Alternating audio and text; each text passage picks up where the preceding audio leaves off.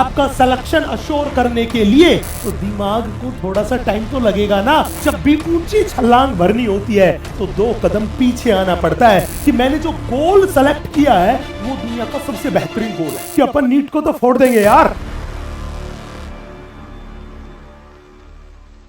Hello बच्चों, नमस्कार, जय पीडब्ल्यू। सभी फ्यूचर डॉक्टर्स को मेरा सलाम। क्या हाल चाल? उम्मीद करता हूं आप सभी बेहद अच्छे होंगे, खुश होंगे, स्वस्थ होंगे। यस, और धमाकेदार लेक्चर लेने के लिए अपने आप को तैयार कर रहे होंगे, उनका बेसब्री से इंतजार कर रहे होंगे। तो दोस्तों, मैं आपके सामने आज रूबरू हुआ हूं एक बहुत ही इंपॉर्टेंट डिस्कशन करने के लिए। जैसा कि आपको पता है कि नीट के एग्जाम में 50% पोर्शन बायोलॉजी कवर करती है और उस बायोलॉजी के 2 पार्ट हैं। एक है जूलॉजी जिसमें हम एनिमल्स के बारे में स्टडी करते हैं, और दूसरा पार्ट है बॉटनी जिसमें हम प्लांट्स के बारे में स्टडी करते हैं। बच्चे, हम ये बात करने वाले हैं कि जूलॉजी वाला जो पोर्शन था, उस जूलॉजी वाले पोर्शन में हम 180 मार्क्स कैसे लेके आ सकते हैं। क्या हमारी ऐसी प्लानिंग होनी चाहिए कि 2025 की नीट में हम जूलॉजी में बहुत बेहतरीन स्कोर कर सके, पूरे के पूरे मार्क्स लेके आए, अच्छे से इफेक्टिव लर्निंग कैसे करें? हमारा मेन गोल यही होगा। तो अब इस 2 साल की जर्नी, जो कि 11th में फिर 12th में 2 साल की जर्नी है, इस 2 साल की जर्नी में बहुत सारे उतार चढ़ाव आने वाले हैं। कई बार ऐसा लगेगा कि मुझसे ना हो पाएगा, कई बार अपन हाईली मोटिवेटेड फील करेंगे कि अपन नीट को तो फोड़ देंगे यार, अपन में गजब की एनर्जी है। तो ये कई सारे उतार चढ़ाव आते रहेंगे। किसी ने कहा कभी धूप है कभी है छाव जिंदगी। तो बेटा, इस 2 साल की जर्नी में भी कुछ ऐसा ही होने वाला है कि कभी तो आपका एटीट्यूड एकदम गजब का रहेगा, एकदम पॉजिटिव एनर्जी रहेगी, कभी आप थोड़ा लो फील करोगे, कॉन्फिडेंस कम हो जाएगा। तो कहने का मतलब यह हुआ कि हमें 2 साल में इन आने वाले हर उतार चढ़ाव के लिए प्रिपेयर होना है। हमें पहले ही कुछ आइडिया रखना है कि इन 2 साल की जर्नी कैसे कैसे गुजरने वाली है, ताकि इन सारी मुश्किलों से निकलते हुए हम फाइनल नीट 2025 में बेहतरीन स्कोर कर सके और अपने ड्रीम मेडिकल कॉलेज में अपनी सीट को अश्योर कर सके। तो अब यही बात हम कर रहे हैं। सबसे पहली बात कि सर, हम 11th क्लास में एडमिशन लेने वाले हैं, मतलब हम 10th क्लास को पास करके जब 11th में जा रहे हैं तो हमारे पास 2 चीजें होगी। क्या चीजें होगी? पहला तो हमें डिस्क्रिप्टिव पेपर लिखना है, एंड दूसरा नीट के लिए हमें एक ऑब्जेक्टिव अप्रोच पे काम करना है जिसमें नेगेटिव मार्किंग भी होगी।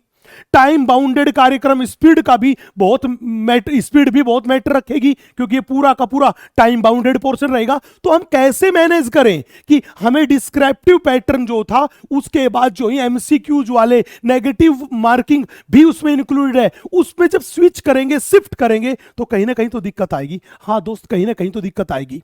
फिर अगली दिक्कत क्या आएगी? अगली दिक्कत यह आएगी कि 10th का सिलेबस जो है वो बिल्कुल इतना छोटा सा सिलेबस, 11th का सिलेबस है वो एकदम इतने बड़े सारे वाला, मैंने कहा हाथी सिलेबस। तो हम कैसे बैलेंस कर पाएंगे? हम नन्ही मुन्नी सी जान कैसे पूरा काम कर पाएंगे? और हमें क्या क्या प्रॉब्लम्स आएगी और हमें कैसे उन्हें रिजोल्व करना है? चलो दोस्तों, कहानी शुरू करते हैं यहीं से। बच्चे, मैंने कहा कि अभी तुम सारे नन्हे मुन्ने बच्चे ने 10th क्लास पास की है। मैंने बोला ये मेरे पास जो था ये क्लास 10th का लेवल था।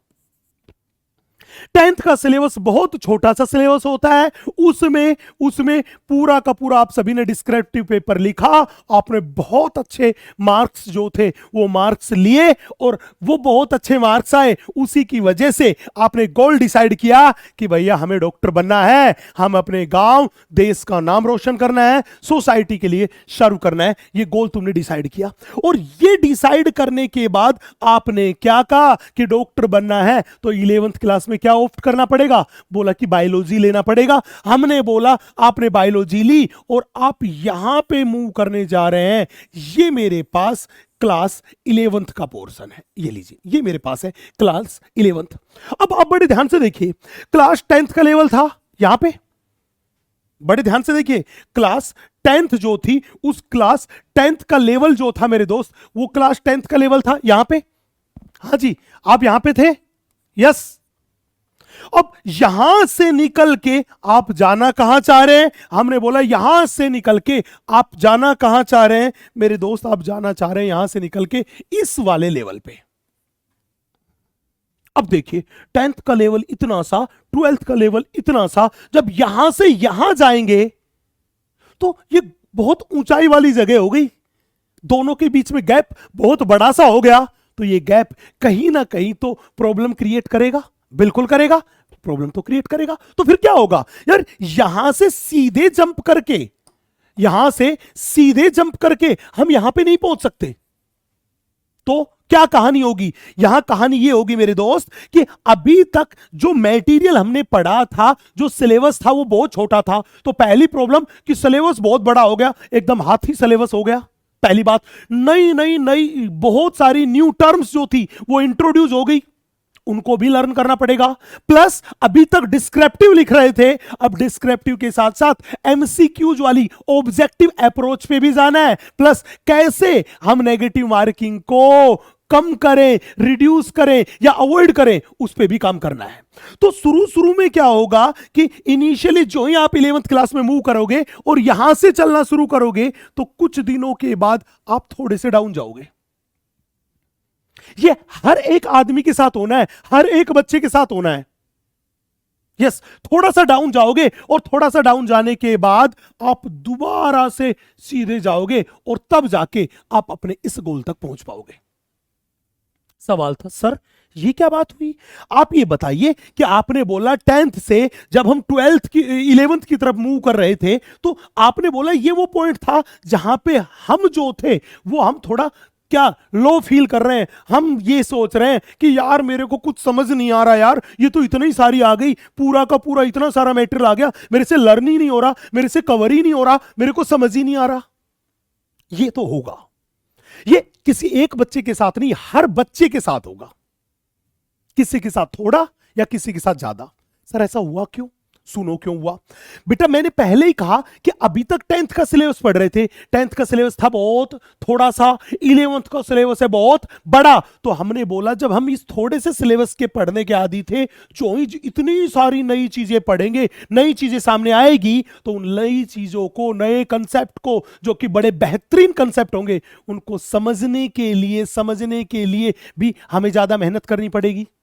नई नई चीजों को लर्न करने के लिए भी हमें बहुत ज्यादा मेहनत करनी पड़ेगी। अरे जब नई चीजों को समझने के लिए मेहनत करनी पड़ेगी, नई चीजों को सोचने के लिए मेहनत करनी पड़ेगी, तो दिमाग को थोड़ा सा टाइम तो लगेगा ना, वो अपने आप को उन नई चीजों के हिसाब से ढाल ले या अपने आप को मेंटली प्रिपेयर कर ले। तो ये वही टाइम था जहां पे आप जो थे वो अपने आप को इस लेवल से इस लेवल पे जाने के लिए स्विच कर रहे हैं। मतलब यहां पे जाके ये जो पॉइंट आया, इस पॉइंट पे जाके बहुत सारे बच्चे हाथ खड़े करते हैं, यार मुझसे नहीं हो पाएगा, मेरे हवा भी नहीं लग रही, मुझे समझ भी नहीं आ रहा। आपको ऐसा नहीं करना है, क्योंकि ये हर एक आदमी की प्रॉब्लम है, हर एक बच्चे की प्रॉब्लम है।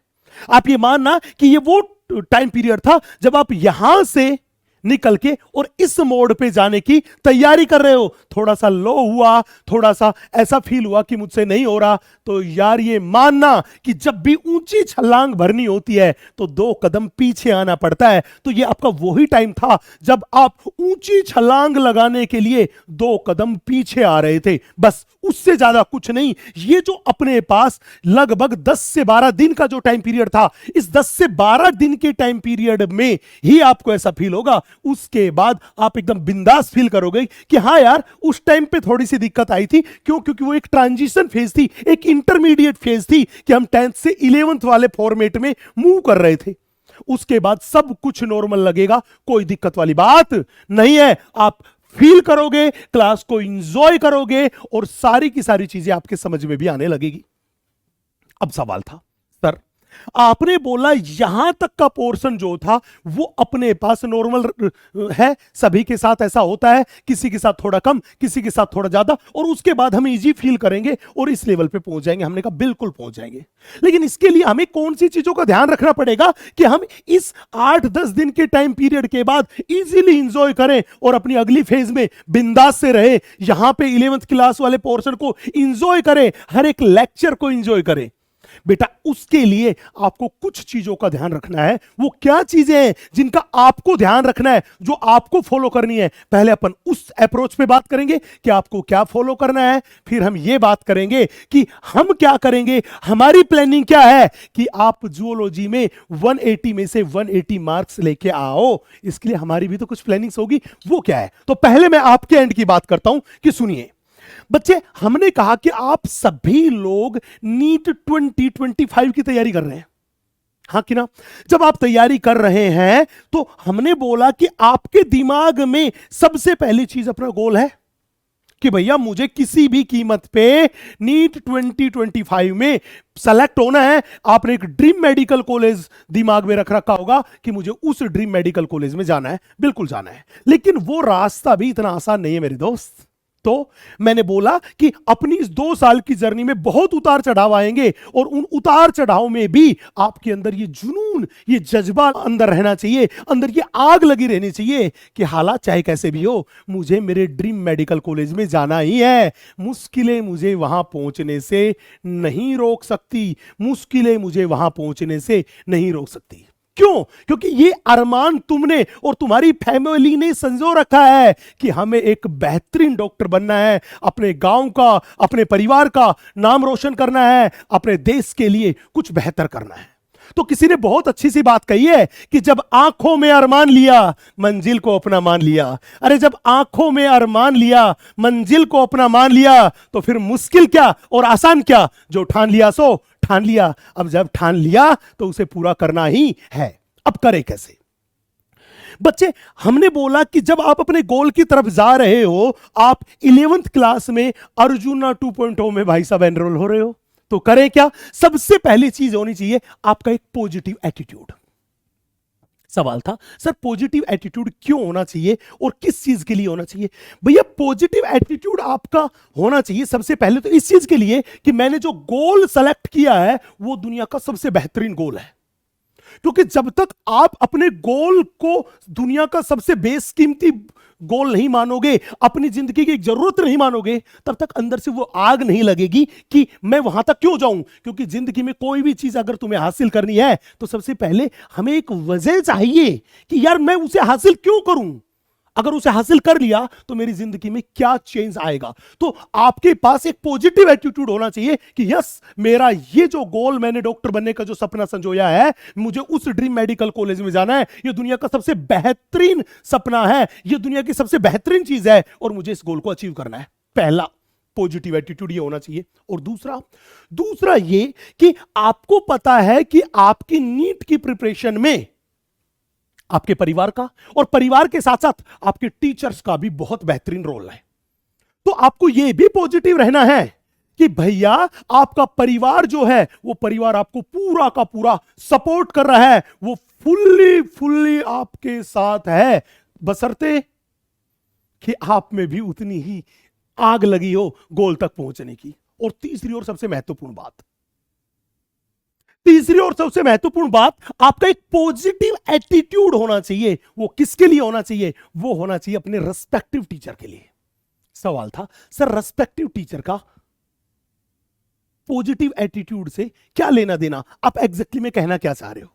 दोस्तों मैं कहना यह चाह रहा हूं कि मान लीजिए मैं दिल्ली से मुंबई ट्रेन में सफर कर रहा हूं, तो यार मैं ट्रेन में बैठ गया तो मुझे यह तो फेथ होना चाहिए कि यस, इंडियन रेलवे का जो ड्राइवर है वो इतना काबिल है, इतना एक्सपीरियंस है, उसे इतना कुछ पता है कि वो मेरी जर्नी को एक सक्सेसफुल जर्नी बनाएगा। मतलब बिना किसी मुसीबत के मुझे दिल्ली से मुंबई पहुंचाएगा, मुझे मेरी मंजिल तक पहुंचाएगा। जब हमें यह फेथ होता है तो हम बिल्कुल इत्मीनान से वो जो कहता है उसको फॉलो करते हैं। तो यही फेथ आपके अंदर होना चाहिए कि मैं जिस भी सर और मैम से पढ़ रहा हूं वो दुनिया का बेस्ट टीचर है और आपको उसमें पूरा फेथ होना चाहिए कि यस, इस पर्सन से पढ़ के, इसकी बताई गई राह पर चलकर, इसके गाइडेंस में मैं मेरे सपने साकार कर सकता हूं, अपने ड्रीम मेडिकल कॉलेज में पहुंच सकता हूं। यह एक पॉजिटिव एटीट्यूड रखना बेहद जरूरी है। अगर आप में यह एटीट्यूड डेवलप नहीं हुआ तो दोस्त फिर आप जो थे वो अपने रास्ते से भटक जाओगे। तो सबसे पहली बात, आपको पहले तो यह पता एटीट्यूड रखना है कि यस, मैंने जो गोल डिसाइड किया है वो दुनिया का बेस्ट गोल है। अपने गोल के लिए हमेशा पॉजिटिव रखना है। दूसरी बात, आपको यह भी पॉजिटिव रखना है, यस, मैंने जो गोल डिसाइड किया है उस गोल में मेरी फैमिली मुझे 100% सपोर्ट कर रही है, हर हाल में सपोर्ट कर रही है। एंड तीसरा और सबसे महत्वपूर्ण, आपको अपने टीचर के बारे में भी पॉजिटिव रहना है कि मेरी मंजिल तक पहुंचाने के लिए जिसको मेरे सुपरविजन में लगाया गया है, जो मेरा मेंटर है, जो मेरा टीचर है, वो दुनिया का सबसे बेहतरीन टीचर है। मुझे उसकी हर एक बात को ब्लाइंडली फॉलो करना है, बिना किसी डाउट के, बिना किसी एक्सक्यूज के। अगर ये काम किया तो अंदर से हर चीज पॉजिटिव आएगी। आपकी पूरी की पूरी एनर्जी जो थी वो एक ही डायरेक्शन में जाएगी, और जब पूरी की पूरी एनर्जी डायरेक्शन में एक ही में जाएगी तो वहां से जो रिजल्टेंट निकलेगा वो भी बहुत अच्छा निकलेगा। पहली बात। दूसरा पॉइंट आप में होनी चाहिए बेटा कंसिस्टेंसी। यार किसी भी टास्क को, नॉट ओनली पढ़ाई, या मैं बोलूं डॉक्टर बनने का सपना, दुनिया का कोई भी काम करे, अगर आपको एक फ्रूटफुल रिजल्ट चाहिए तो उसमें कंटिन्यूटी, कंसिस्टेंसी रहना बेहद जरूरी है। आपको इस 2 साल की जर्नी में अपने रेस्पेक्टिव एफर्ट्स जो हैं वो लगातार देने हैं। मतलब अगर आप नीट की तैयारी कर रहे हैं तो लगभग 6 आवर्स की स्टडी जो है वो पर डे आपको करनी ही है। सेल्फ स्टडी 6 आवर्स की पर डे करनी ही है, वेल शेड्यूल्ड होके। हर एक subject, physics, chemistry, zoology, botany, चारों को, मतलब सेल्फ स्टडी कम से कम 6 आवर्स की होनी चाहिए।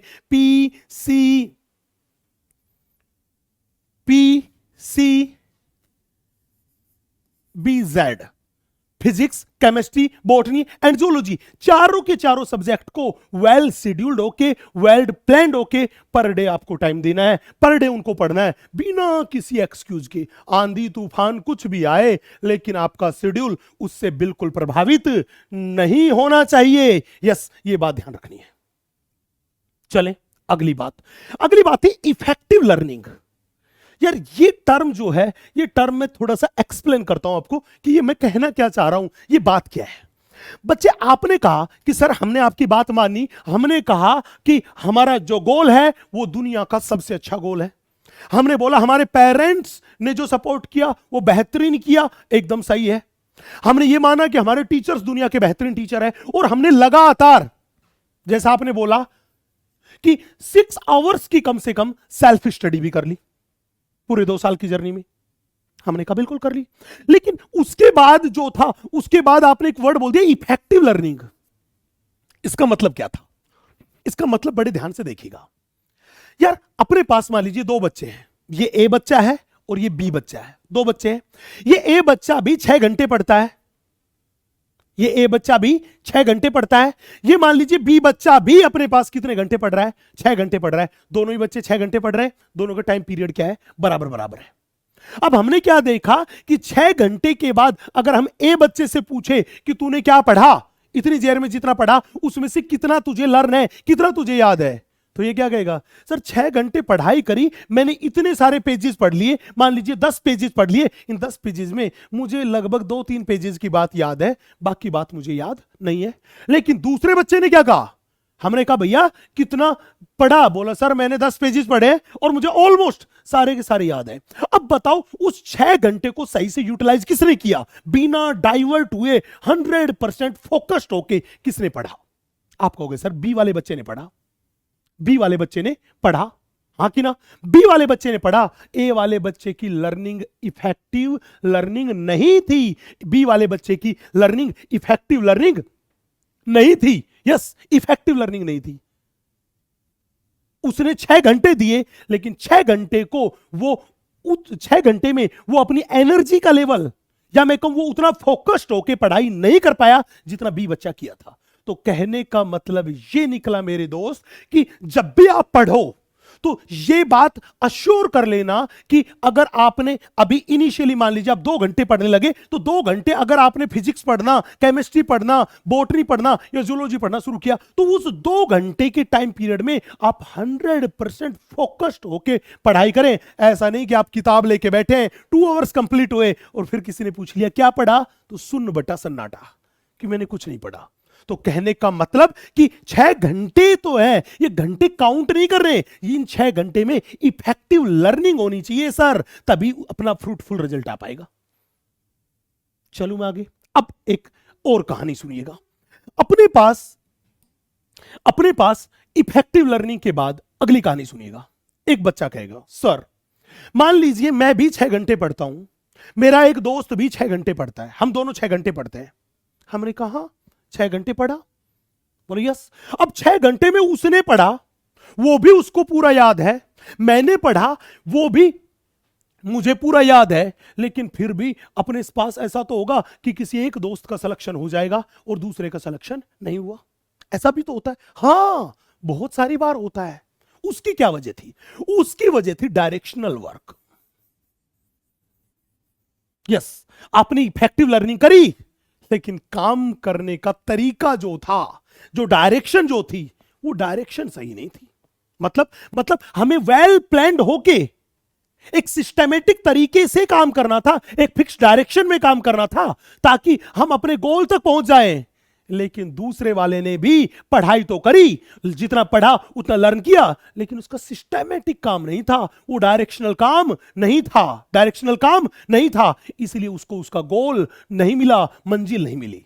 और किसी ने बड़ी प्यारी सी बात कही है कि अगर किसी पर्सन को बार बार रेस्पेक्टिव एफर्ट्स देने के बाद भी अपनी मंजिल नहीं मिल रही, तो इसका यह मतलब नहीं कि वो मंजिल खराब है, इसका मतलब यह नहीं कि वो मंजिल खराब है। उसे पीछे रिव्यू करना चाहिए कि क्या उसने उस मंजिल को प्राप्त करने के लिए जो रेस्पेक्टिव एफर्ट्स दिए, वो क्या रेस्पेक्टिव एफर्ट्स सफिशिएंट थे उस मंजिल को प्राप्त करने के लिए, या दूसरी बात, क्या उसने रेस्पेक्टिव एफर्ट्स दिए वो सफिशिएंट थे, तो क्या उनकी डायरेक्शन सही थी? तो कहने का मतलब कि अगर गोल प्राप्त करना है तो रेस्पेक्टिव एफर्ट्स जो थे वो भी सफिशिएंट अमाउंट में होने चाहिए, प्लस उसकी डायरेक्शन भी सही होनी चाहिए, जो ऐसी डायरेक्शन में एफर्ट्स होने चाहिए ताकि हम हमारे ड्रीम मेडिकल कॉलेज तक पहुंच जाएं, बोला सर ये बात कैसे जस्टिफाई करोगे? मान लीजिए अपने पास यहां पे हम बात करते हैं डायरेक्शनल वर्क। मान लीजिए ये कोई मेरे पास ए चैप्टर है, हमने देखा इस ए चैप्टर से नीट में हर साल 4 से 5 सवाल आते हैं, 4 से 5 सवाल आते हैं। दूसरा चैप्टर मान लीजिए कोई बी चैप्टर है, हमने देखा इस बी चैप्टर से नीट में हार्डली कभी आते ही नहीं, और कभी आते हैं तो एक क्वेश्चन आता है। बड़े ध्यान से देखना मेरे दोस्त। अब हुआ क्या, हमने बोला एक लड़का जो था वो था जिसने इस 6 घंटे के टाइम पीरियड में ये ए वाला चैप्टर पढ़ा और ए वाले चैप्टर को लर्न कर लिया। वहीं पे दूसरे बच्चे ने उस 6 घंटे में ये बी वाला चैप्टर पढ़ा और उसकी भी इफेक्टिव लर्निंग थी, उसने भी बी वाले चैप्टर को पूरा लर्न कर लिया।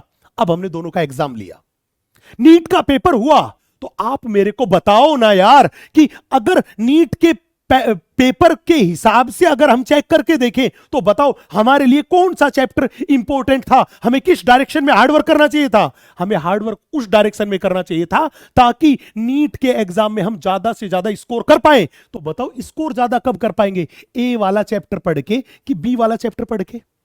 आप सीधा बोलोगे कि सर सीधी सी बात है, ए वाला चैप्टर पढ़ते तो ज्यादा क्वेश्चन आते तो नीट में ज्यादा स्कोर कर पाते। तो मतलब हमें हमारी मंजिल तक ले जाने के लिए कौन सा चैप्टर ज्यादा इंपॉर्टेंस रखता था, ए वाला। तो मैं यही कहना चाह रहा हूं कि रेस्पेक्टिव एफर्ट्स यहां पे भी दिए, रेस्पेक्टिव एफर्ट्स यहां पे भी दिए, इफेक्टिव लर्निंग इसमें भी थी, इफेक्टिव लर्निंग इसमें भी थी, लेकिन ज्यादा फायदे वाली लर्निंग कौन सी थी? बोले इफेक्टिव लर्निंग, जो किस पे एनर्जी लगाई, ए चैप्टर पे लगाई। इसलिए डायरेक्शन ऐसी होनी चाहिए आपके रेस्पेक्टिव एफर्ट्स की ताकि वो हमें हमारे गोल तक लेके जाए। हमने रेस्पेक्टिव एफर्ट दिया, लेकिन उससे उससे हमारी मंजिल तक पहुंचने का रास्ता आसान नहीं बन रहा, देन वो एफर्ट्स वेस्ट है। देन वो एफर्ट्स क्या है बेटा? वो एफर्ट्स जो है वो अपने एफर्ट्स वेस्ट है। तो इसीलिए तो मैंने कहा था कि अगर बार बार प्रयास करने के बाद भी मंजिल नहीं मिल रही, तो इसका यह मतलब नहीं कि वो मंजिल खराब है। इसका मतलब यह है कि या तो उस मंजिल को पाने के लिए जो रेस्पेक्टिव एफर्ट दिए वो सफिशिएंट नहीं थे, या फिर उनकी डायरेक्शन सही नहीं थी, या फिर उनकी डायरेक्शन सही नहीं थी। तभी किसी महान व्यक्ति ने बात कही है कि सोच को बदलो, सितारे बदल जाएंगे। सोच को बदलो, सितारे बदल जाएंगे। नजर को बदलो, नजारे बदल जाएंगे। अरे किश्तियां बदलने की जरूरत नहीं है, दिशाओं को बदलो, किनारे बदल जाएंगे। दिशाओं को बदलो, किनारे बदल जाएंगे। मतलब अगर आपने अपना काम करने का पैटर्न भी थोड़ा चेंज किया तो 100% है, रिजल्ट भी बदलेगा, कुछ ना कुछ बेहतर रिजल्ट आएगा। तो इन सारी बातों को आपको फॉलो करना है। सबसे पहले पॉजिटिव एटीट्यूड होना चाहिए अपने गोल के प्रति, अपने पेरेंट्स के प्रति, एंड सबसे इंपॉर्टेंट अपने टीचर्स के प्रति कि दुनिया का सबसे बेहतरीन टीचर मुझे पढ़ा रहा है, वो जो बात कह दे वो पत्थर की लकीर है, मुझे उस पर कोई शक नहीं करना। कंसिस्टेंसी, हर एक काम में कंटिन्यूटी होनी चाहिए थ्रू आउट द ईयर। आपका स्टडी का जो पूरा का पूरा शेड्यूल है वो बड़ा सिस्टमेटिक होना चाहिए। हर एक सब्जेक्ट के लिए पर डे बेसिस पे आपको टाइम देना है। तीसरी बात, आपकी इफेक्टिव लर्निंग होनी चाहिए। मतलब जो चीज आप पढ़ो पूरी एनर्जी के साथ पढ़ो, डाइवर्ट होके पढ़ाई नहीं करनी है कि आप जबरदस्ती किताब लेके बैठे रहो।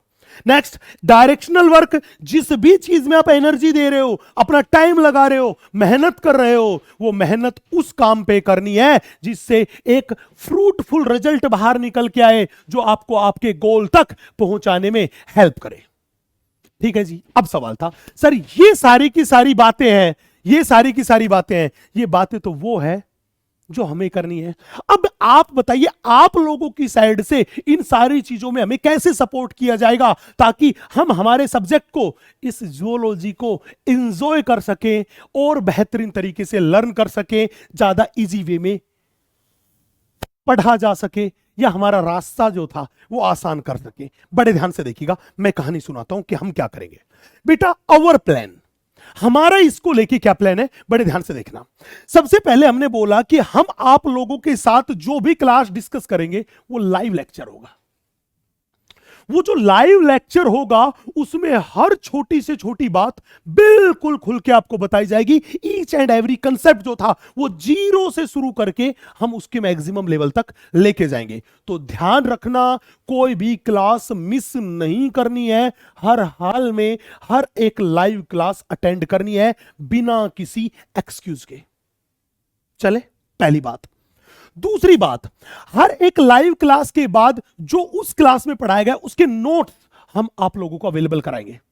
हम उस क्लास के नोट्स आप लोगों को अवेलेबल कराएंगे। अब एक काम आपको याद रखना है, क्या कि जब हम लाइव क्लास ले रहे होंगे तो आपको कोशिश यही करनी है कि ये नोट्स जो थे ये क्लास के साथ ही ये नोट्स आप बना लें। क्योंकि बच्चे बहुत सारी गड़बड़ क्या करते हैं कि लाइव लेक्चर के टाइम पे तो केवल लेक्चर देखते हैं और उसके बाद नोट्स बनाते हैं। अगर वो उसके बाद नोट्स बनाएंगे तो भैया वो 1-1.5-2 घंटे का टाइम जो नोट्स बनाने का था वो एडिशनल चला गया। और फिर हम क्या कहते हैं, मैंने मान लीजिए जियोलॉजी की लाइव क्लास ली, उस लाइव क्लास में मैंने जितना पढ़ाया था वो क्लास खत्म होने के बाद आप नोट्स बनाएंगे। अब नोट्स पीडीएफ से बनाएंगे तो फिर क्या करोगे आप कहोगे सर मैंने क्लास के बाद ना 1 घंटे में नोट्स बनाए थे, मतलब मैंने 1 घंटे में जियोलॉजी पढ़ ली। नहीं भाई, वो सेल्फ स्टडी नहीं है। तो कहने का मतलब कि आप अपने 6 घंटे में उसको काउंट नहीं कर सकते, वो तो एक्स्ट्रा टाइम था जो आपने खराब किया। आप मोस्टली नोट्स जो थे वो लाइव लेक्चर के साथ साथ ही बना सकते थे, क्योंकि लाइव लेक्चर में हम सारी की सारी बातें लिख के ही पढ़ाने वाले हैं, मोस्टली बातें लिख के पढ़ाने वाले हैं। तो जब हम लिख के पढ़ाएंगे तो आप साथ के साथ इजीली बना सकते हो ताकि आप टाइम वेस्ट ना करो। तो ये बात आपको याद रखनी है कि लाइव लेक्चर होगा, लाइव लेक्चर के बाद आपको नोट्स मिलेंगे और वो नोट्स क्लास के साथ साथ ही बनाने हैं, उसमें कोई एक्सक्यूज अपने को नहीं चाहिए। अगली बात, उसके बाद ये जो लाइव लेक्चर चलेगा, उस लेक्चर में अगर मैं कोई भी कंसेप्ट डील करूंगा तो उस कंसेप्ट से रिलेटेड प्रीवियस ईयर में कोई क्वेश्चन पूछा गया है कि नहीं पूछा गया। अगर कोई भी क्वेश्चन उस कंसेप्ट से रिलेटेड पूछा गया है होगा तो बच्चे वो कंसेप्ट पढ़ाने के बाद मैं PYQ प्रीवियस ईयर क्वेश्चन जो था वो उस कंसेप्ट को पढ़ाते ही सोल्व कराऊंगा, ताकि आपके दिमाग में ये आ जाए कि यस प्रीवियस ईयर्स में भी इस टॉपिक के इस सब टॉपिक से कोई क्वेश्चन आया है, वो कितने क्वेश्चंस आए हैं और उन क्वेश्चन का पैटर्न क्या था, तो आपको थोड़ा थोड़ा आइडिया हो जाए कि नीट में किस पैटर्न के सवाल पूछे जाते हैं। नेक्स्ट, उसके बाद हर एक लेक्चर कंप्लीट होने के बाद आपको मिलेगी डेली प्रैक्टिस प्रॉब्लम्स, DPPs। उसी लेक्चर में जो भी कुछ पढ़ाया होगा उसी से रिलेटेड क्वेश्चंस मिलेंगे, आपको उन क्वेश्चंस को सोल्व करके देखना है। सवाल था सर उन क्वेश्चंस को सोल्व करके देखेंगे उससे क्या फायदा होगा? बेटा उससे फायदा यह होगा कि आपने लाइव क्लास अटेंड करी, नोट्स बना लिए, क्लास के साथ साथ मैंने PYQs जो थे वो PYQs सारे डिस्कस कर दिए। अब ये प्रॉब्लम क्या बताएगी? ये बताएगी कि भैया जब इतना सारा काम हमने कर लिया तो इतना सारा काम करने के बाद हमने क्या लर्न किया, हमसे कितने क्वेश्चंस अटेम्प्ट हो रहे हैं। यस कि नो? अगर मान लीजिए इस DPP में 20 क्वेश्चन थे आपके पास, आपने 20 में से 15 क्वेश्चन तो अटेम्प्ट कर दिए, 5 क्वेश्चन ऐसे थे जिनमें आपको हवाई नहीं लग रही, तो आपको ये तो पता चल गया ना कि सर ने जो इतना मटेरियल पढ़ाया था या ये जो मैंने मटेरियल समझा था इसके कौन से टॉपिक के कौन से सब टॉपिक जो था उसके किस पोर्शन में मुझे अभी भी दिक्कत है। आपने तुरंत के तुरंत अपनी प्रॉब्लम का एनालिसिस कर लिया, डिटेक्ट कर लिया तो तुरंत के तुरंत आप उस पोर्शन को खोलिए, पढ़िए या फिर सर से डिस्कशन करके, डाउट पे डिस्कशन करके उसको साथ के साथ रिजोल्व कर लिया। हाँ कि ना? अब इतना काम हो चुका है, अब अगला काम क्या होगा? हमने बोला कि पहला काम हमने क्या काम किया, टॉपिक को पढ़ा लाइव लेक्चर से, फिर हमने नोट्स लिखे, नोट्स के थ्रू लर्न किया, फिर सर ने PYQ करवाए तो टॉपिक को लर्न कराया, फिर सर ने DPPs के थ्रू पूरे के पूरे टॉपिक को रिकॉल करने की कोशिश की। उसके बाद एक काम करना है। क्या काम करना है? बेटा आप कुछ सालों से देख रहे हैं कि नीट का पेपर NCERT में से आता है, और ये NCERT माता है, ये बड़ी ही भयंकर बुक है। इसमें बहुत भयंकर बड़े अच्छे कंसेप्ट्स दिए गए हैं जो बहुत नामी बुक्स से निकाल के लाए गए हैं, लेकिन बहुत ही समराइज वे में। मतलब NCERT की किताब में बहुत टेढ़ी लाइन लिखी हुई है और उस टेढ़ी लाइन का सीधा मतलब हम अपने लेक्चर में और नोट्स में बताएंगे, लेकिन नीट के पेपर में तो बेटा NCERT की एज इट इज लाइन लिखी आती है। मतलब NCERT ने वो लाइन जो घुमा फिरा के लिख रखी थी, जो टेढ़ी लाइन लिख रखी थी, नीट के पेपर में जो क्वेश्चन आएगा उसमें वो टेढ़ी मेढ़ी लाइन आएगी।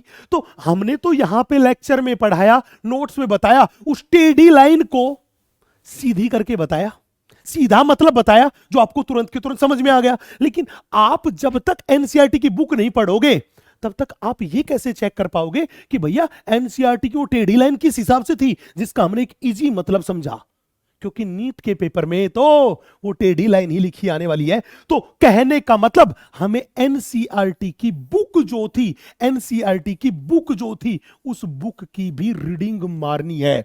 हालांकि मैं पढ़ाते समय पूरी की पूरी NCERT को लाइन टू लाइन डिक्टेट कराता रहूंगा, लेकिन फिर भी वो NCERT की किताब को एक बार आप रीडिंग मार लेंगे तो थोड़ा सा आपके दिमाग में इंप्रेशन बन जाएगा, अच्छा ये लाइन थी, सर ने जो वो बात बताई थी, आप तुरंत के तुरंत रिकॉल कर लोगे। तो जितनी बातें पढ़ाई गई उसको रिकॉल करने और NCERT की लाइन से कनेक्ट करने में आपको आसानी रहेगी। इतना काम कर लिया। अब हमारे होते पीरियोडिक टेस्ट।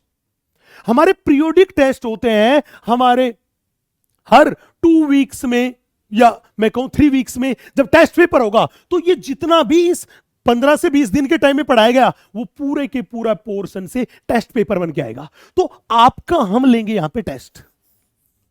इस टेस्ट में हम ये चेक करने वाले हैं कि आपने इस 15-20 दिन के टाइम में जो सर ने पढ़ाया उसमें आपने क्या सीखा। तो आप यहां पे एक बार दोबारा से पूरे के पूरे चैप्टर को लर्न कर सकते हैं।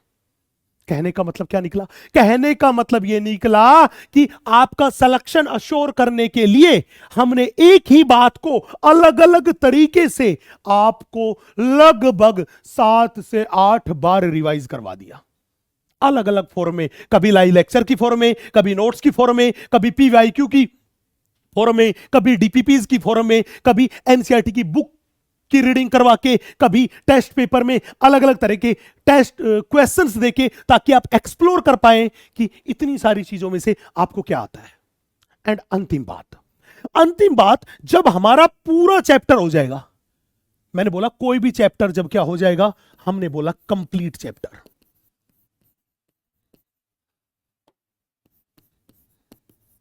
जब चैप्टर कंप्लीट हो जाएगा तो हर एक चैप्टर को रिवीजन करवाया जाएगा, और रिवीजन करवाने के लिए हम उस हर एक चैप्टर का एक समराइज फॉर्म में बनाएंगे बेटा, वन शॉट। मतलब उस पूरे के पूरे चैप्टर को रिवाइज कराने के लिए, मान लीजिए कोई चैप्टर जो था वो अपना 10 लेक्चर तक चला। अब 10 लेक्चर तक चला, 10 लेक्चर के का जो टाइम पीरियड था उसमें आपने टेस्ट भी दिए, डीपीपीज भी दी, उनकी सारी प्रॉब्लम्स को एनालिसिस किया, डाउट के थ्रू हमने उन प्रॉब्लम को रिजोल्व कर लिया। अब जब चैप्टर खत्म हो जाएगा तो उस पूरे के पूरे चैप्टर को हम, वो जो 10 लेक्चर में पूरा किया था, उसको 1.5-2 घंटे में एक समराइज वे में पूरे के पूरे चैप्टर को रिवाइज कराएंगे, वन शॉट के थ्रू, एक पूरा का पूरा लेक्चर लेके, ताकि आप इजीली पूरे के पूरे चैप्टर को रिकॉल कर लो और आपके वो पूरा का पूरा चैप्टर एकदम दिमाग में छप जाए।